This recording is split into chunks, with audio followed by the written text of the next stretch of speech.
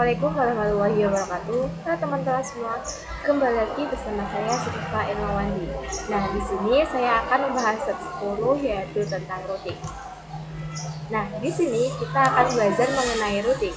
Routing itu ibarat seperti kantor pos ya teman-teman, bekerja untuk mencari jalur cepat untuk mengirimkan paket. Nah, jadi routing dapat didefinisikan sebagai proses melewatkan data dari satu jaringan ke jaringan lain. Dan routing bekerja pada layer 3 network model. Oke, langsung saja kita ke pembahasan yang pertama, yakni konsep klasifikasi routing.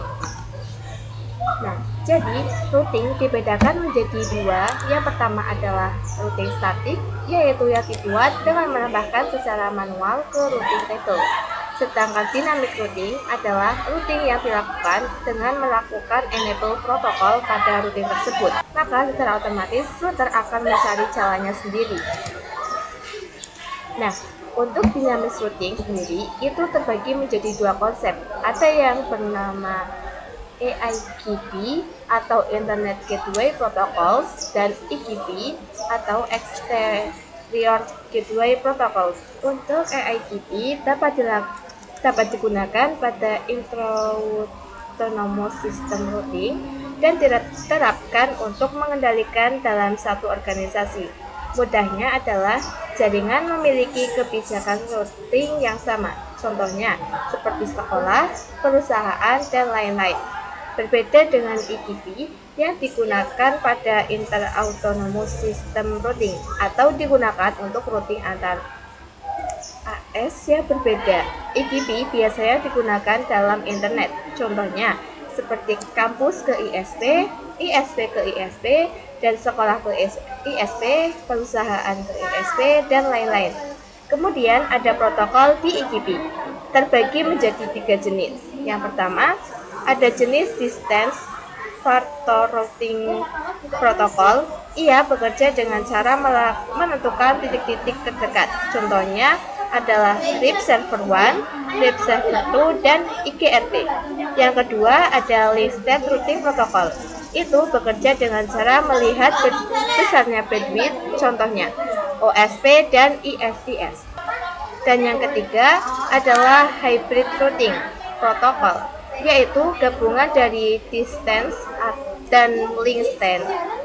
Contoh protokolnya adalah EIGRP. Kemudian untuk EGP, ia memiliki satu jenis protokol saja, yakni PGP. Oke teman-teman, di sini kita masuk ke materi yang kedua, yaitu routing table dan route flag. Nah, seperti yang kita ketahui, router berfungsi untuk menghubungkan perangkat yang berbeda network. Nah, untuk menghubungkan perangkat tersebut haruslah dilihat berdasarkan routing table. Jadi, routing table berisi informasi mengenai route ke jaringan atau network tertentu, atau juga berisi nilai prioritas atau matrik dari masing-masing route. Untuk routing table, ia terbentuk dari semua route yang berasal dari Dynamic Routing Protocol dan semua route untuk network yang directly connected, dan router serta berbentuk dari konfigurasi tambahan, yaitu routing route static. Pada routing table, nantinya kita akan melihat informasinya melalui route flag. Nah, simbol-simbol yang terdapat di sini memiliki definisinya masing-masing. Seperti D itu artinya dynamic, A untuk active, C itu untuk connected, dan lain sebagainya. Perhatikan untuk salah satu contohnya adalah DAC yang berarti Dynamic Active Connect, yaitu dapat otomatis terinput karena pada interface mikrotiknya sudah tersambung pada pola AS, yaitu aktif statik, yang artinya ia dilakukan secara manual. Oke teman-teman, di sini kita masuk ke materi yang ketiga, yaitu static routing. Routing diperlukan dalam beberapa situasi tertentu tergantung pada kebutuhan spesifik dan karakteristik dari jaringan yang dikelola. Misalnya, kita memiliki kantor pusat dan beberapa cabang kantor yang ingin semua kantornya dapat terhubung. Nah, kita dapat menggunakan static routing ini. Static routing dibuat dengan cara menambahkan jalur manual ke routing table. Rumus dari static routing sendiri itu mudahnya bisa dikatakan adalah dengan mau kemana dan lewat kemana. Nah, di sini teman-teman dapat perhatikan pada topologinya. Misalnya, router 1 ingin akses network yang ada di router 2. Jadi, router 1 ingin mengirim data ke PC A yang terhubung ke router 2. Maka kita harus memberitahu router 1 bahwa untuk mencapai PC B, data harus dikirim melalui portal itu, yaitu Ether 1. Nah, selanjutnya ada karakteristik dari static routing, yaitu mudah dikonfigurasikan pada jaringan skala kecil. Jadi perlu diketahui bahwa satelit routing itu tidak cocok digunakan untuk jaringan skala besar, yaitu membutuhkan resource yang ringan dan manual konfigurasi setiap penambahan jaringan baru. Oke teman-teman, di sini kita masuk ke materi yang keempat, yaitu static routing 2 router. Nah, perhatikan pada topologi di sini terdapat 4 router yang akan kita koneksikan dengan satu dan lainnya. Untuk router utama akan dikonfigurasikan WAN, sehingga untuk router lain ketika ingin terkoneksi dengan internet, maka dia menggunakan perantara mikrotik utama. Nah, di sini saya sudah siapkan 2 router dan sudah dinyalakan, dan untuk namanya juga saya sudah sesuaikan. Kemudian ada ISP juga yang kita bisa lihat di sini. Nah, di sini kita akan gunakan tipe cloud NAT. Nantinya kita akan dapatkan rank IP kelas A, yakni 10.x.x. Dan juga ini dapat berupa IP private, namun perlu diketahui jika konsep ini diterapkan pada dunia nyata, pada mikrotik akan mendapatkan IP-nya tipe IP public ya teman-teman. Nah, di sini teman-teman bisa sambungkan dari USB ke router 1.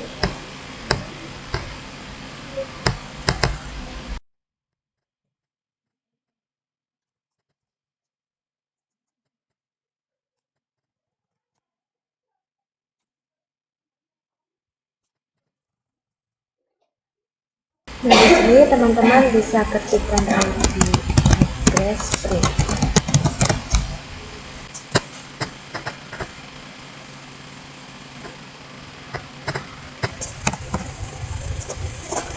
Nah, di sini saya mendapatkan IP yaitu 10.0.1.7.162. Nah, IP tersebut kita bisa tuliskan pada mapnya. Di sini kita klik kanan, lalu kita klik edit. Nah, di sini labelnya DHCP, lalu IP yang tadi ya teman-teman, yaitu dan IP-nya di 10.0.1.7.162. Dan pada angka terakhir di sini kita ganti X ya teman-teman. Kemudian di sini kita dapat sebutkan untuk network dari router.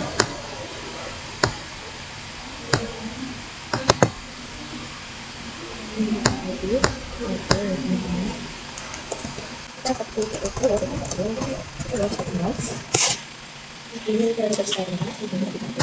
Nah, di sini kita menggunakan IP 10.10.10.0 karena keduanya memiliki IP 10.10.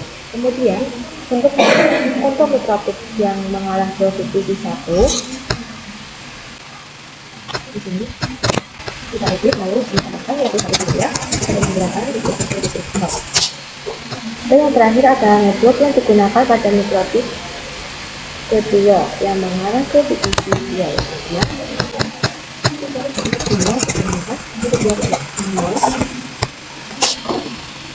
Nah, kemudian jika sudah kita dapat mengubah hostname untuk mikrotiknya. Kita ketik di terminal router 1. Nah, di sini kita bisa ketik di ini.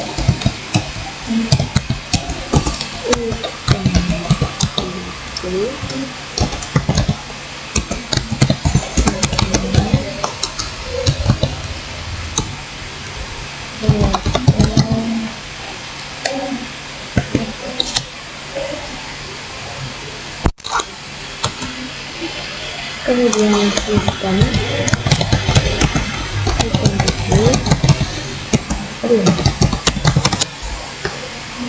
Nah, jika sudah, kita lakukan juga untuk router keduanya.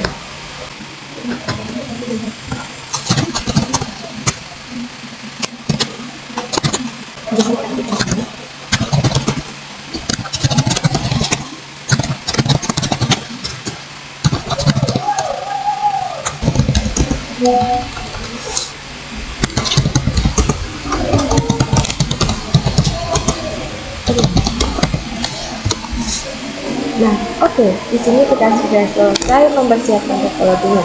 Sebelum masuk pada konfigurasi static routing, kita perlu melakukan koneksi antara PC dengan koneksi terlebih dahulu dengan cara teman-teman bisa buka command prompt. Nah, di sini teman-teman bisa masuk ke command prompt, lalu masukkan perintah yaitu route. Kemudian IP yang ada di networknya 10.0.1.37.0, kemudian masnya yaitu 255.255.255.0, kemudian IP yang di sini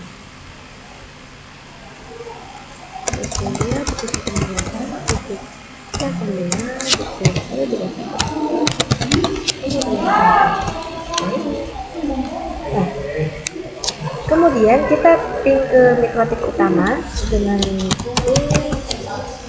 yaitu masukkan IP yang ada di mikrotik utama.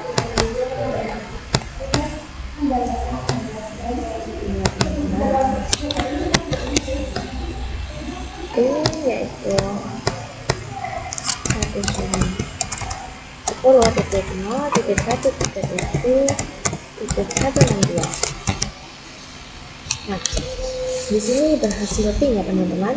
Kemudian teman-teman bisa buka Windows-nya. Nah, di sini kita akan coba untuk mengakses router 2 pada Windows tanpa teridentifikasi IP-nya. Untuk melakukan hal tersebut, kita akan menggunakan fitur Roamon pada Windows. Nah, di sini kita pilih yang itu, lalu pilih yang Roamon.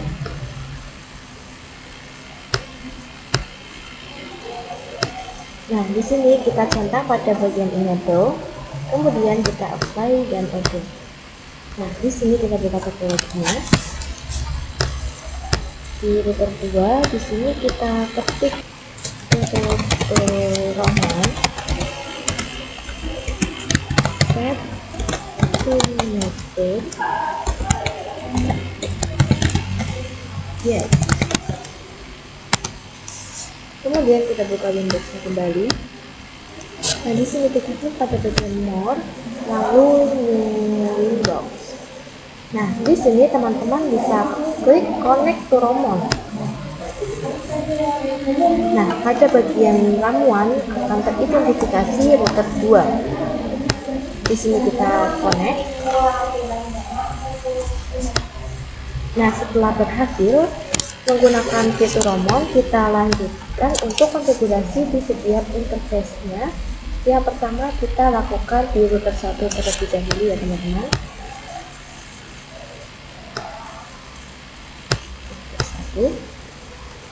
Nah, di sini teman-teman bisa klik ke IP lalu pilih address. Nah, di sini kita tambahkan. Di sini kita masukkan IP yaitu 192 kita tentukan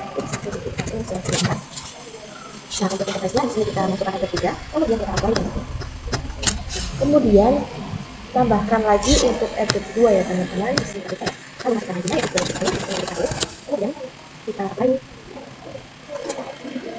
kemudian untuk address-nya di sini kita 2, kemudian kita apply dan nah, lalu lanjut untuk addressing di router 2 ya teman-teman. Nah, Nah, di sini teman-teman bisa pilih ID lalu address. Nah, di sini kita tambahkan. Nah, masukkan ID yang ada di episode 1 terlebih dahulu, yaitu 10.10.10.2/4. Kemudian teman-teman, untuk interface-nya di sini episode 1, kemudian apply dan copy.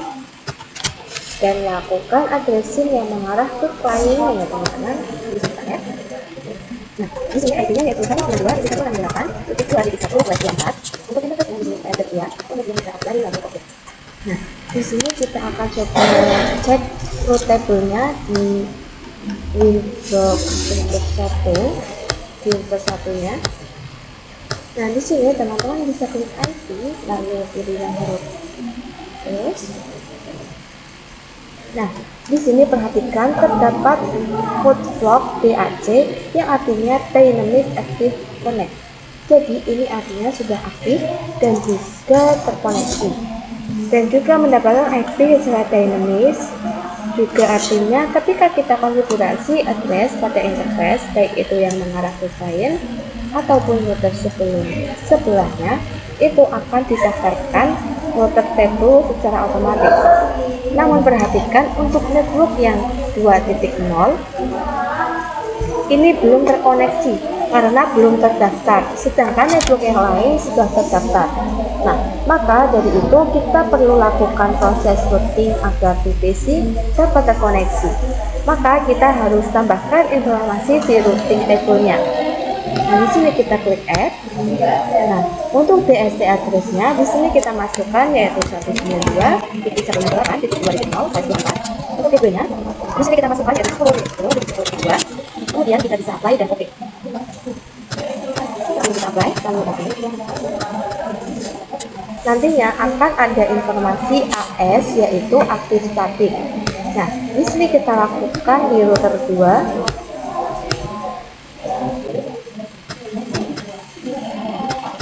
Nah, ini kan hanya ada 2, yaitu yang mengarah ke router 1 dan kliennya. Maka kalau router 2 ingin mengakses koneksi ke 1.0, maka belum bisa karena di routing table-nya belum terdaftar.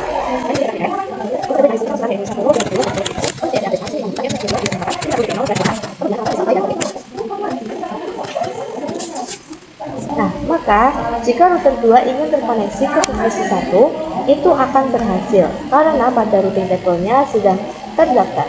Di sini kita akan lakukan addressing pada VPC ya teman-teman. Di sini teman-teman bisa aktifkan VPC 1 dan 2-nya.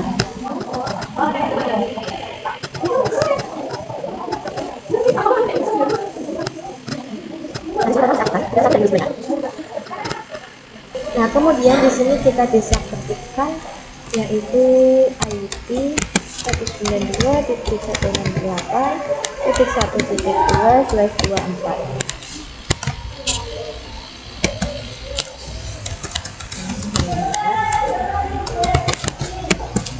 Lalu 192.168.1.1/24.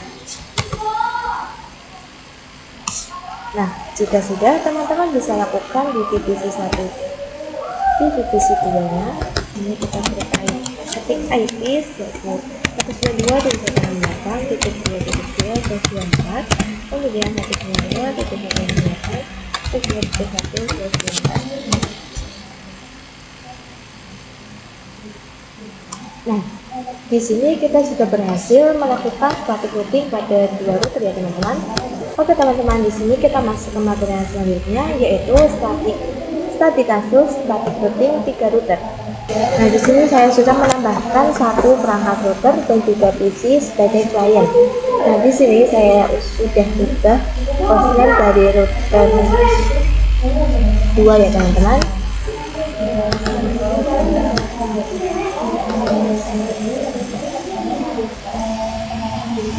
Nah, dan perhatikan di sini pada IP-nya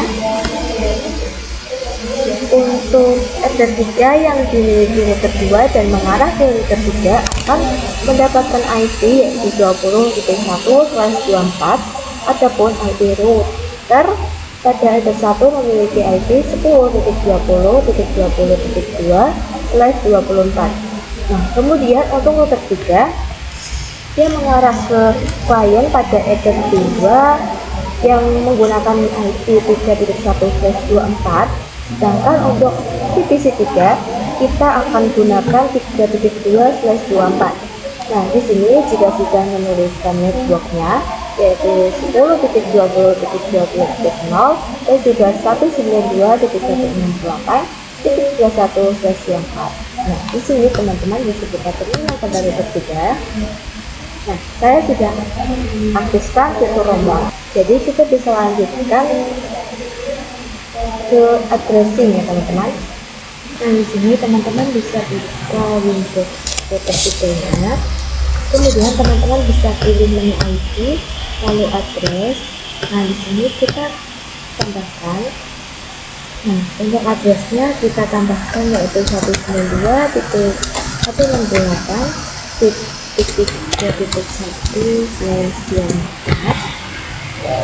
Untuk interface-nya kita pilih yang kedua, kemudian kita apply dan config.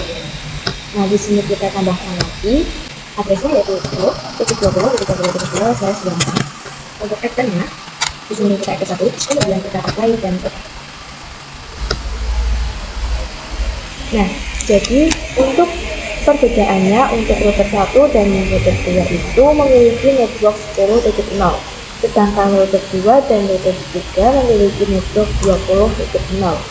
Bisa kita simpulkan, jika kita memiliki perangkat router baru, artinya kita juga akan mendapatkan network yang baru juga. Kemudian jangan lupa untuk melakukan addressing di router 2, yaitu menambahkan IP untuk router 3 ya teman-teman. Nah, di sini kita pilih IP, lalu address. Nah, di sini kita add ya teman-teman. Nah, untuk addressnya yaitu 10.20.20.1/24. Untuk interface-nya header 3, kemudian kita apply dan config. Nah, kemudian teman-teman bisa buka Windows router 3-nya. Nah, di sini teman-teman bisa pilih IP, kemudian address. Nah, teman-teman bisa menu IP, kemudian root.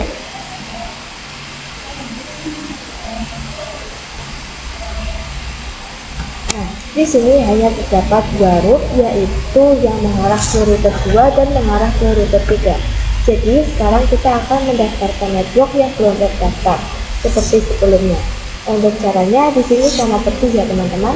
Mungkin di sini saya akan percepat videonya.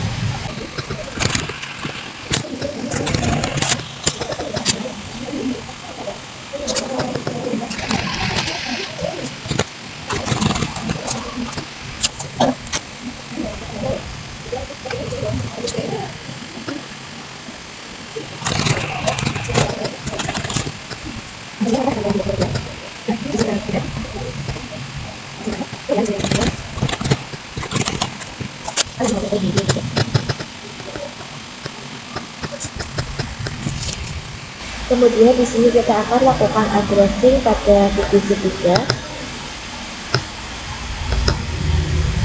Di sini kita ketik yaitu IP 192.168.3.2/24, kemudian sebelumnya yaitu 192.168.3.1. Lalu kita akan coba klik ke VPC lain untuk memastikan bahwa kita telah berhasil melakukan konfigurasi routing. Nah, di sini kita ini 192.168.2.2. Nah, di sini sudah berhasil ya teman-teman. Oke teman-teman, di sini kita masuk ke materi yang selanjutnya yaitu status routing with internet. Nah, jadi pada kasus sebelumnya kita telah melakukan status routing hingga 3 router. Namun di sini saya sudah menambahkan 1 router lagi dan sudah berkoneksi dengan router lain. Namun yang memiliki router internet hanyalah router 1. Jadi agar router lain dan klien dapat terhubung dengan internet, maka kita perlu menggunakan default port. Langsung saja kita akan konfigurasikan ya. Ini kita coba yang router 2.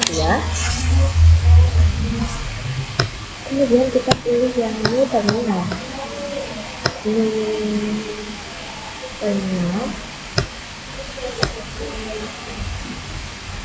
Nah, di sini teman-teman bisa ketikkan yaitu IP route, gateway 10.10.10.10. Kemudian kita cek dengan IP route 3.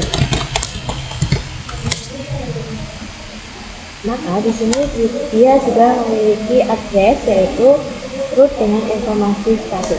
Kemudian kita buka yang router 3-nya. Nah, di sini kita pilih dengan IP, lalu root. Nah, di sini kita klik add. Untuk DSP-nya kita biarkan 00 seperti ini. Untuk gateway kita masukkan yaitu 10.20.20.1. Kemudian teman-teman bisa apply lalu oke. Nah, di sini sudah ada informasinya. Kita lakukan di router 4 juga ya teman-teman. Nah, di sini teman-teman bisa pilih yang menu IP, kemudian root. Nah, di sini kita bisa pilih yang root ya teman-teman, kemudian kita add. Nah, untuk DSP address-nya kita biarkan, kemudian gateway-nya yaitu 10.10.10.10.1, kemudian kita bisa apply lalu oke.